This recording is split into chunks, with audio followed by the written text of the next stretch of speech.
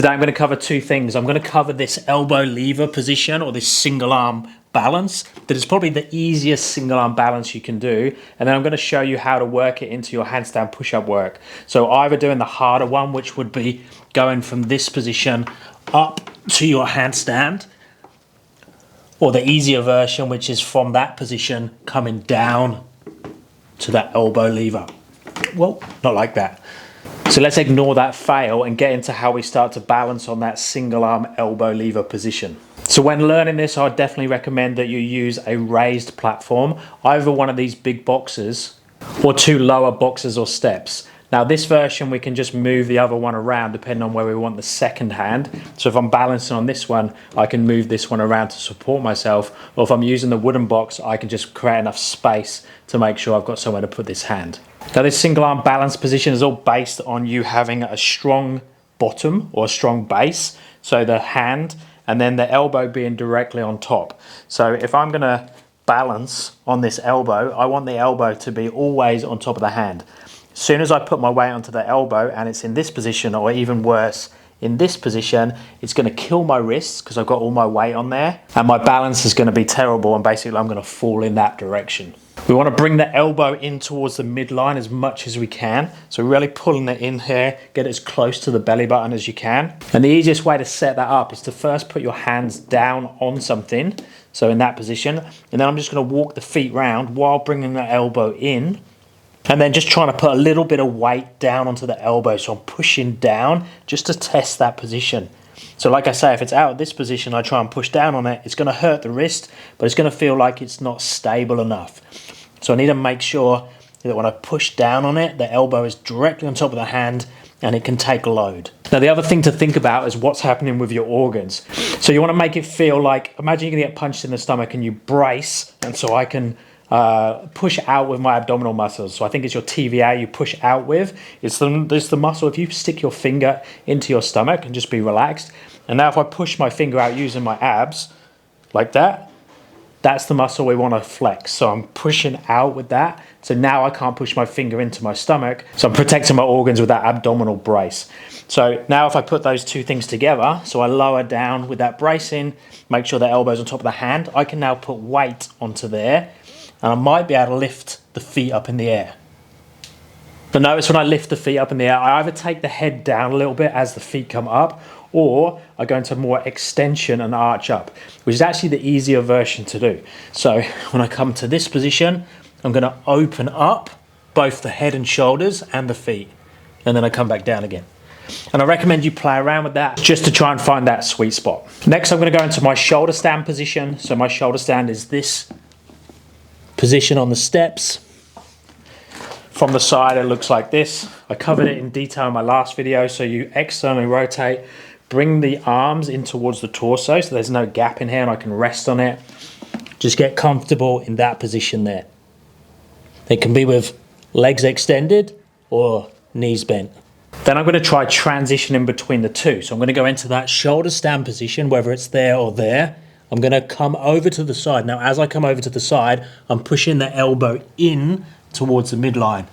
So I'm bringing the elbow in. What I don't want to do is take the torso and the body that direction and also take the elbow in that way, because that's where my elbow falls off the top of my hand. I want to keep the elbow in and make sure I get myself into this position. So shoulder stand, elbow in, rotate over into that position. Now I could exit all the way out. It looks exactly the same on the wooden box. So I get into that shoulder stand position here. I bring my torso across as I bring the elbow in.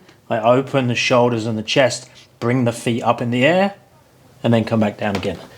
So all my weight is in this hand, because obviously my weight from my body is pushing down onto the elbow, which is on top of the hand. This weight is just used for balance, or this hand is just used for balance. Once I have that, I'm going to do exactly the same in the opposite direction. So I'm going to place my hands down on the boxes first. I'm going to bring the elbow in towards my midline. I'm going to take my head and shoulders down as I lift my feet, and then I'm going to come across into my shoulder stand. And obviously I could exit out the other direction as well. So that's teaching me my transitions on and off the elbow lever position from the shoulder stand, and the shoulder stand is the bottom of the handstand push-up. So I could be in my handstand, I lower down to the bottom of the handstand push-up, which is the shoulder stand, elbow in, torso across, open up the head and shoulders, open the feet up. I could lift the hand if I have that. Now, if I don't have that, how do we learn the lifting of the hand? Now, obviously we can progress from having lots of weight in this hand, slowly go up onto fingertips, decrease the fingers like we would when we're learning a one-arm handstand to the point where I can have one finger touching and then just lift the hand up in the air.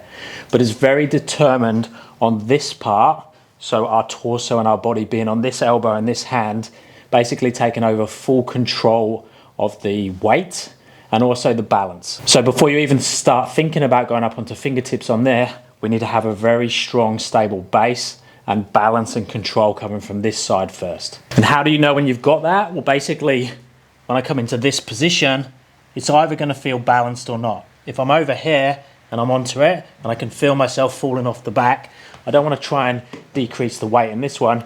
I should feel very comfortable to hang out there for like 10, 15 seconds and not feel like I'm falling in any direction. And there's probably no secret to that. You're probably just spending lots of time there for reps and sets. Now, obviously to do the eccentric handstand push-up, you need to have an eccentric handstand push-up. To do the reverse movement and start thinking about going back up, we need to have a concentric handstand push-up. If you don't, we need to be working that concentric or eccentric handstand push-up. And check out my handstand push-up progression videos for that. I'll stick one at the end in the video links and down in the description. So how do we train the up if we already have that handstand push-up? So exactly the same as we just done with the eccentric. I'm gonna start in this position now at the bottom. I'm gonna move into this position and then I could push up into my handstand. Or if I wanted to make it flasher, I could be in that one arm position first. So I'm there, then I come across, and then I push up to my handstand. Now, obviously, if I go slow, it's gonna need more strength. If I go quicker and use momentum to get up, it's gonna use less strength, but a little bit more control or rebalance. So it all depends on where your strengths and weaknesses are. You'll see a lot of the circus guys will use a bit of a kip or that flick to get up out of that positions. They'll also arch a little bit more. This saves energy and is really good if you're doing longer routines like a circus performer would. So we want to create that one segment, have the body laying on top of the elbow, which is on top of the hand. Lift the feet up nice and high, lift the head and shoulders up. Start to decrease this hand. As long as you feel control in the other side, we could go to one finger, we can reach away, we can lift up. Then we can transfer into my shoulder stand, whoops. Or I could be in my shoulder stand and do the back or the eccentric down to that position, making sure that elbow stays in. I can train the eccentrics. So with this version, I'm gonna go into a straddle. One, because I'm so tall and the roof is low, and two, because it's a different variation that some people might feel more comfortable in both the lowering down and coming across into the elbow lever position. And then if we have the strength to do that concentric, exactly the same. Start here, start on your elbow lever position, whether it's one hand or two hands, rotate through, push up, just watch that low ceiling, and then you could reverse back down for the full rep. Now, obviously you don't need to train the full movement. You could just do shoulder stands, moving over to those elbow lever positions. You could just train the elbow lever by itself. Now, let me know if you have any questions with this one. www.paultwyman.com.au if you're after any coaching. UK workshops are only 3 weeks away. Check out the website for details about that or down below in the description, and I'll speak to you next time. Thanks, guys.